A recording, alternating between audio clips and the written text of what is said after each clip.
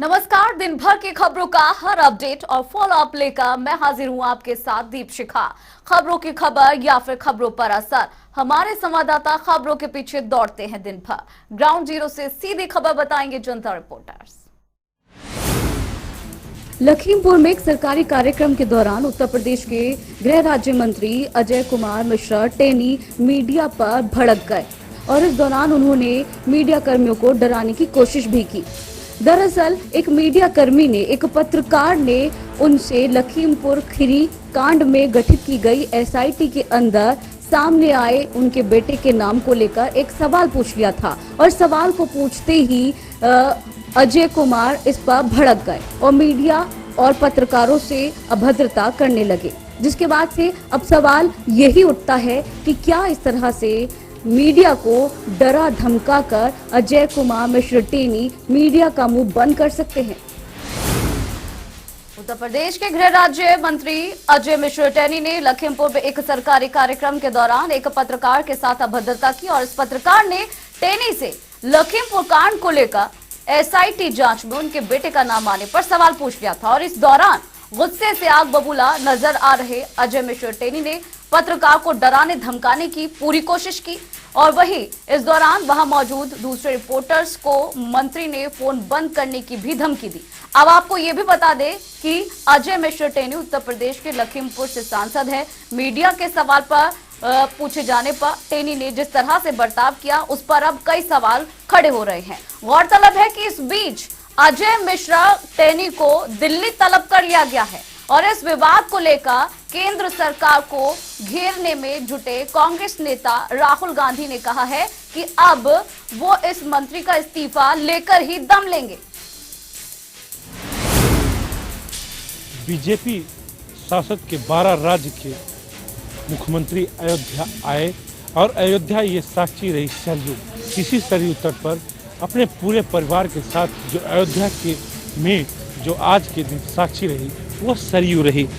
सारे सीएम जाकर के पहले भगवान राम लला गर्भगृह में दर्शन पूजन अर्चना, उसके बाद हनुमानगढ़ी में दर्शन पूजन किया और जो मंदिर निर्माण हो रहा है, मंदिर निर्माण का देख रेख कि किस तरह से समीक्षा, किस तरह से कार्य हो रहा है और ये जो अयोध्या सरयू तट है पूरे परिवार सहित प्रदेश के 12 सीएम जो आए, चाहे वो उत्तराखंड की बात हो या एमपी की बात हो या हरियाणा की बात हो या आसाम की बात हो, तो तमाम जो मुख्यमंत्री थे अपने पूरे परिवार के साथ लावा लश्कर के साथ अयोध्या पहुंचे थे और अयोध्या की साक्षी मां सरयू बनी।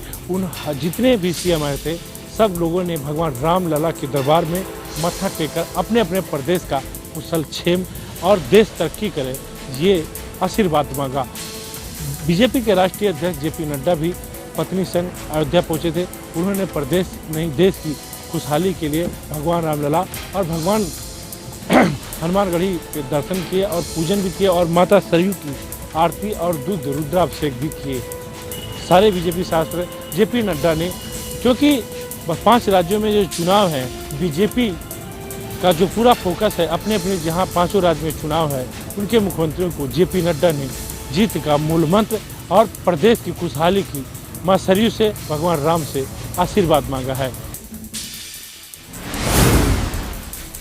काशी के बाद बीजेपी नेताओं का जमावड़ा अयोध्या में लगा। बीजेपी शासित राज्यों के मुख्यमंत्री अयोध्या पहुंचे और रामलला के दर्शन किए। सभी मुख्यमंत्रियों ने मां गंगा की आरती की, तो वहीं इस दौरान पार्टी अध्यक्ष जेपी नड्डा भी मौजूद रहे। सभी मुख्यमंत्री एक एक कर अयोध्या पहुंचे और उन्होंने निर्माण कार्य का जायजा लिया। बता दें कि बीते दिन प्रधानमंत्री नरेंद्र मोदी ने सभी मुख्यमंत्रियों के साथ बैठक की थी और कई अहम मुद्दों पर चर्चा भी की। तो वहीं आज सभी मुख्यमंत्रियों ने रामलला के दर्शन किए और अयोध्या में निर्माण कार्यों का जायजा लिया। अयोध्या में बीजेपी शासित राज्यों के कई मुख्यमंत्रियों ने अयोध्या का दौरा किया और रामलला के दर्शन किए। इस दौरान सभी सीएम के साथ पार्टी के अध्यक्ष जेपी नड्डा मौजूद रहे। सभी मुख्यमंत्रियों ने रामलला के दर्शन किए और इसके साथ ही गंगा मां की आरती भी की। आपको बता दें कि पीएम मोदी के साथ मंगलवार को सभी बीजेपी शासित राज्यों के मुख्यमंत्रियों के साथ एक बैठक भी हुई थी और इस बैठक में कई अहम मुद्दों को लेकर चर्चा भी की गई थी। गाजीपुर बॉर्डर को आज आंदोलनकारियों की तरफ से खाली किया गया है। आज सभी आंदोलनकारी अपने अपने घर वापस लौट गए हैं। आपको बता दें, राकेश टिकैत की अगुवाई में केंद्र सरकार की तरफ से लिए गए तीनों कानूनों के बाद हवन और यज्ञ कराए गए। जीत का जश्न मनाते हुए सभी आंदोलनकारियों ने फतेह मार्च निकाला और इस फतेह मार्च में तमाम राज्यों से आए सभी आंदोलनकारियों ने हिस्सा लिया। तो वहीं राकेश टिकैत ने कहा है, इस आंदोलन को अभी के लिए स्थगित किया गया है। अगर जल्द से जल्द हमारी मांगे पूरी नहीं हुई तो ये आंदोलन फिर से शुरू होगा। आंदोलनकारियों की तरफ से गाजीपुर बॉर्डर को खाली किया गया। केंद्र सरकार की तरफ से नए कृषि कानून को वापस लेने के बाद से गाजीपुर बॉर्डर पर किसानों ने फतेह मार्च निकाला और जश्न मनाया। 3 कृषि कानून और एमएसपी किसानों के अन्य मांगों को लेकर जहां 13 महीने तक आंदोलन चला। आंदोलन स्थगित होने के बाद किसान नेता चौधरी राकेश टिकैत 15 दिसंबर यानी कि आज इन्होंने एक आह्वान किया था जिसमें फतेह मार्च लेकर वो गाजीपुर से और अपने घर जाने थे। जहां सुबह 8:30 बजे गाजीपुर यूपी गेट पर हवन हुआ और 10:30 बजे पूरे काफिले के साथ राकेश टिकैत अपने समर्थकों के साथ एलिवेटेड से होते हुए राजनगर, मुरादनगर, मोदीनगर से सीधा मंसूरपुर, मेरठ पहुंचे, जहां पर खाप चौधरी का एक कार्यालय है पुराना। वहां पर उन्होंने खाप चौधरी के जितने भी पुराने दिग्गज किसान नेता हैं उनसे आशीर्वाद प्राप्त किया और उसके बाद 3 बजे वो अपने घर सिसोली पहुंचे, जहां पर उनका भारी समर्थकों के साथ भव्य स्वागत किया गया। जहां बात की जाए, राकेश टिकैत साफ तौर पर कहते नजर आए कि ये आंदोलन जो है इतनी उनको उम्मीद नहीं थी जितना उनको समर्थन मिला है पब्लिक से। और यही वजह है कि आज 13 महीने बाद किसान नेता चौधरी राकेश टिकैत को देखने के लिए भारी संख्या में लोग मौजूद थे, जहां उनका जगह जगह पर भव्य स्वागत किया गया। वहीं नए नए व्यंजन बनाकर उनके जो साथ में लोग आए हुए थे उनका स्वागत किया गया, उनको खिलाया गया। वहीं 13 महीने से जो किसान आंदोलन में राकेश टिकैत के साथ जुड़े हुए लोग थे वो भी राकेश टिकैत को उनके घर पर छोड़ने गए, जहां एक तरफ प्रशासन भी अपनी मुस्तैदी दिखाते हुए ड्रोन कैमरे से निगरानी रख रहा था और लोगों को, आम जनता को परेशानी ना हो इससे पहले ही रूट डाइवर्ट का इंतजाम कर रखा है। और यही वजह है कि लोगों को काफी परेशानी का सामना कोई जाम का नहीं करना पड़ा और राकेश टिकैत अपने घर पहुंच चुके हैं। जहां एक तरफ राकेश टिकैत सिसोली पहुंच चुके हैं, वहीं गाजीपुर यूपी गेट अब खाली हो चुका है और एनएचआई जल्दी इसको अब शुरू करने वाला है। ग्रुप कैप्टन वरुण सिंह का आज निधन हो गया। बता दें कि कुन्नूर हेलीकॉप्टर क्रैश हादसे में वरुण सिंह इकलौते बचे थे जो जिंदगी और मौत के बीच की लड़ाई लड़ रहे थे। दरअसल आपको बता दें कि 8 दिसंबर को कुन्नूर में हेलीकॉप्टर क्रैश हुआ था, जिस हादसे में सीडीएस बिपिन रावत समेत 13 लोगों की मौत हो गई थी। लेकिन आज वरुण सिंह के जीवन के संघर्ष में मृत्यु की जीत हो गई। वरुण सिंह सदा हमारे दिल में रहेंगे। 8 दिसंबर को तमिलनाडु के कुन्नूर में सीडीएस बिपिन रावत का हेलीकॉप्टर क्रैश हुआ था और इस हादसे में सीडीएस बिपिन रावत के साथ 12 लोगों का निधन हुआ और इस हादसे में ग्रुप कैप्टन वरुण सिंह जख्मी हुए थे। हादसे के बाद से ग्रुप कैप्टन वरुण सिंह को इलाज के लिए बेंगलुरु शिफ्ट किया गया और सेना के अस्पताल में वरुण सिंह का इलाज चल रहा था। पीएम मोदी ने ग्रुप कैप्टन वरुण सिंह के निधन पर ट्वीट कर शोक व्यक्त किया है। साल 2020 में महामारी के रूप में सामने आया कोरोना वायरस विश्व के लाखों लोगों की जान ले चुका है। कोरोना वायरस नए नए रूपों में सामने आ रहा है। हाल ही में एक नया वेरिएंट ओमिक्रॉन सामने आया है जो विश्व के 40 से ज्यादा देशों में फैल चुका है। ओमिक्रॉन के कई केस भारत में भी देखने को मिले हैं, जिससे लोगों के अंदर बीमारी की चिंता फिर से बढ़ने लगी है। हाल ही में देश में पिछले 24 घंटों में कोरोना वायरस के 6,900 से ज्यादा मामले सामने आए हैं, जिसमें 247 लोगों की जान भी जा चुकी है। कोरोना वायरस के म्यूटेशन के बारे में विशेषज्ञों का कहना है कि पिछले 2 सालों से चल रहे कोरोना में नए वेरिएंट आ चुके हैं। कई वेरिएंट में कई म्यूटेशन दिखने को मिल रहे हैं। ऐसे में संभावना है कि ये बीमारी एंडेमिक हो सकती है और आगे तक चल सकती है। हालांकि ऐसे 2 वायरस का उदाहरण उन्होंने दिया जो अब लगभग खत्म भी हो चुके हैं। इसी तरह यहाँ संभावना भी है कि कोरोना वायरस को भी हटाया जा सकता है। फिलहाल आपको बता दें कि ओमिक्रॉन के देश में 60 मामले हो चुके हैं। हरियाणा में सरकारी नौकरियों में फर्जीवाड़े का मामला गठबंधन सरकार के लिए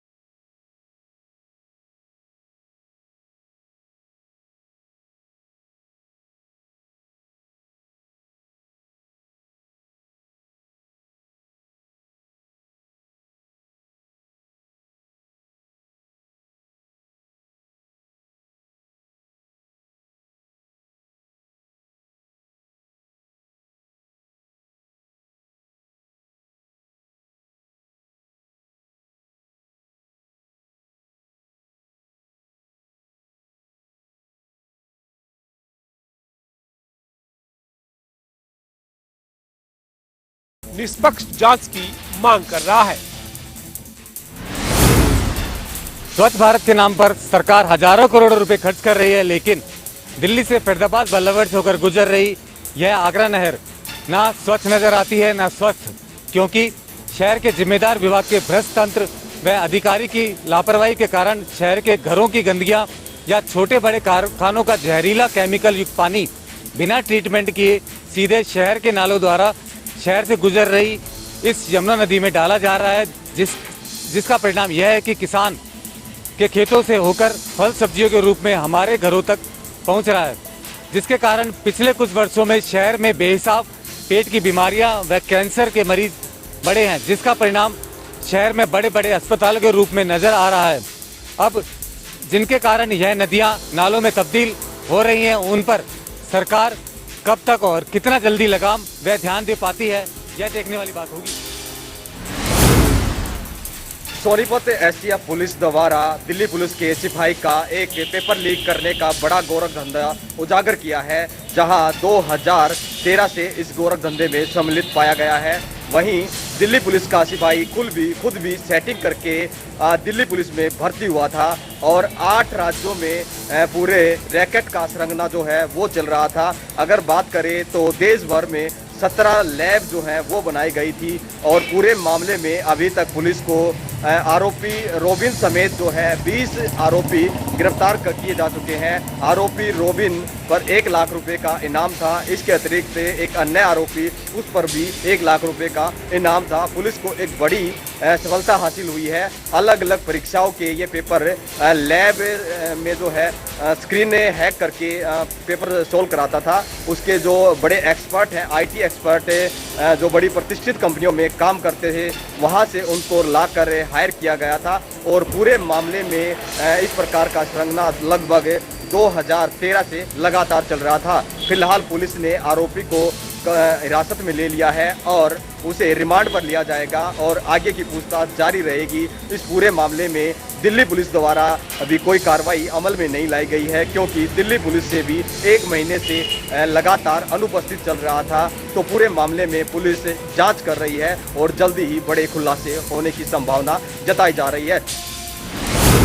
टीम इंडिया के टेस्ट कप्तान विराट कोहली ने दक्षिण अफ्रीका दौरे को लेकर चल रही अटकलों पर विराम लगा दिया। विराट कोहली ने कहा कि वे दक्षिण अफ्रीका के खिलाफ वनडे सीरीज खेलने के लिए तैयार हैं और उन्होंने BCCI से ब्रेक नहीं मांगा था।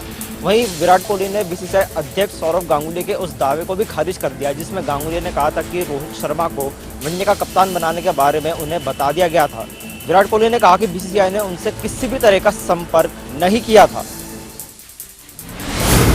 दक्षिण अफ्रीका रवाना होने से पहले टेस्ट टीम के कैप्टन विराट कोहली ने प्रेस कॉन्फ्रेंस की, जिसमें उन्होंने कई अहम बातें बताई। T20 की कप्तानी छोड़ने पर विराट कोहली ने बताया कि इस फैसले पर किसी को कोई दिक्कत नहीं थी और उनसे नहीं कहा गया कि वो कप्तानी ना छोड़े। विराट का ये बयान BCCI अध्यक्ष सौरव गांगुली के उस बयान से बिल्कुल उलट है, जिसमें उन्होंने दावा किया था कि उन्होंने खुद विराट से T20 की कप्तानी ना छोड़ने की अपील की थी। विराट कोहली ने बताया कि 8 दिसंबर को सिलेक्शन मीटिंग खत्म होने से पहले उन्हें बताया गया कि सेलेक्टर्स ने तय किया है कि अब वो वनडे कैप्टन नहीं रहेंगे, जिस पर उन्होंने आपत्ति नहीं जताई। आपको बता दें कि T20 वर्ल्ड कप शुरू होने से पहले ही विराट कोहली ने ऐलान कर दिया था कि वो T20 की कप्तानी छोड़ देंगे, जिसके बाद से न्यूजीलैंड सीरीज में रोहित शर्मा को T20 की कमान सौंप दी गई थी। हिमाचल विधानसभा के सत्र के आखिरी दिन के लिए मुख्यमंत्री जयराम ठाकुर वाराणसी दौरे से वापस लौट आए। इस दौरान मुख्यमंत्री जयराम ठाकुर ने विपक्ष के सवालों का भी जवाब दिया।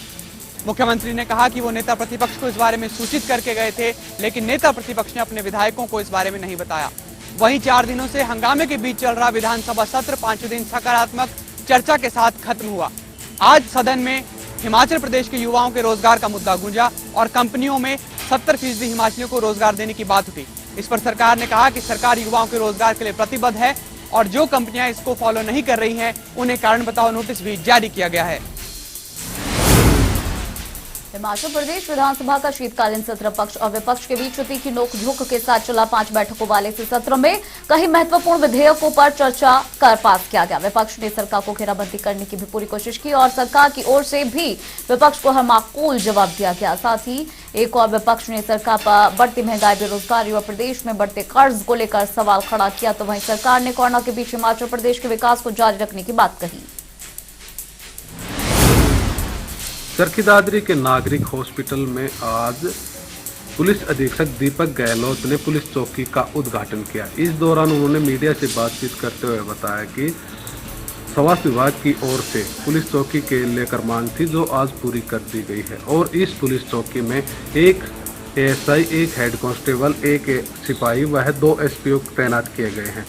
अब स्वास्थ्य विभाग को 24 घंटे इमरजेंसी हालातों में पुलिस सुविधा मिलेगी। वहीं आपको बता दें कि पिछले 3 माह के दौरान हॉस्पिटल में 2 बड़ी घटनाएं हो चुकी हैं। वहीं स्वास्थ्य विभाग के डॉक्टर चौकी को लेकर काफ़ी समय से मांग कर रहे थे।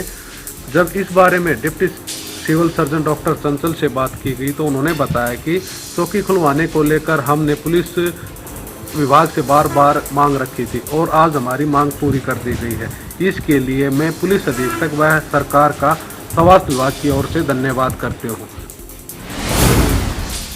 सीएम फ्लाइंग को फतेहाबाद में कई दिनों से नकली घी बेचे जाने की सूचना मिल रही थी, जिसके बाद सीएम फ्लाइंग ने स्वास्थ्य विभाग के साथ मिलकर लाजपत नगर दूध की डेयरी पर रेड की। रेड के दौरान डेयरी पर 600 लीटर देसी घी मिला, जो बिना मार्का के बेचा जा रहा था। फिलहाल फूड सेफ्टी विभाग ने इस घी के सैंपल ले लिए हैं। सीएम फ्लाइंग के अधिकारियों का कहना है कि घी के सैंपल लिए गए हैं, जिन्हें जाँच के लिए भेजा जा रहा है। जाँच रिपोर्ट सामने आने के बाद ही डेयरी संचालक के खिलाफ आगामी कार्रवाई की जाएगी। जनता टीवी की खबर का बहुत बड़ा असर। राजकीय कन्या महाविद्यालय, जिसमें 1300 के करीब छात्राएं सुबह शिक्षा ग्रहण करने जाती हैं, मगर विभाग द्वारा उन्हें एक ही बस मुहैया करवाई गई थी, जो 2 या 3 चक्कर लगाती थी। 150 के करीब छात्राएं बस में सवार होकर जाती थी, कई बार बारियों में लटकी होती थी। वहीं दूसरी तरफ खालसा त्रिशताब्दी कॉलेज में भी बस की समस्या का यही अभाव था। एक ही बस कॉलेज में सुबह स्पेशल लगी थी, जो छात्रों को लेकर जाती थी। 150 के करीब छात्र जाते थे। ज़्यादातर जो छात्र हैं वह बस के छत के ऊपर बैठे हुए थे या बारियों में लटके थे। कई बार दुर्घटना होने के बावजूद भी दुर्घटनाग्रस्त घायल हो जाते थे। इसको लेकर जनता टीवी ने अपना फर्ज समझते हुए इस खबर को प्रमुखता से दिखाया। खबर का बहुत बड़ा असर हुआ। परिवहन मंत्री ने इस मामले को संज्ञान में लिया और विभाग को तुरंत समाधान करने के आदेश दिए। आज विभाग द्वारा दोनों कॉलेजों को 3-3 बसें लगाई गई, जो कि 4-4 चक्कर लगाएंगी, जिसको लेकर छात्र छात्राओं की बस समस्या का आज समाधान हुआ है और छात्र छात्राओं में खुशी देखने को मिल रही है। वहीं छात्र छात्राओं ने जनता टीवी का आभार व्यक्त किया है।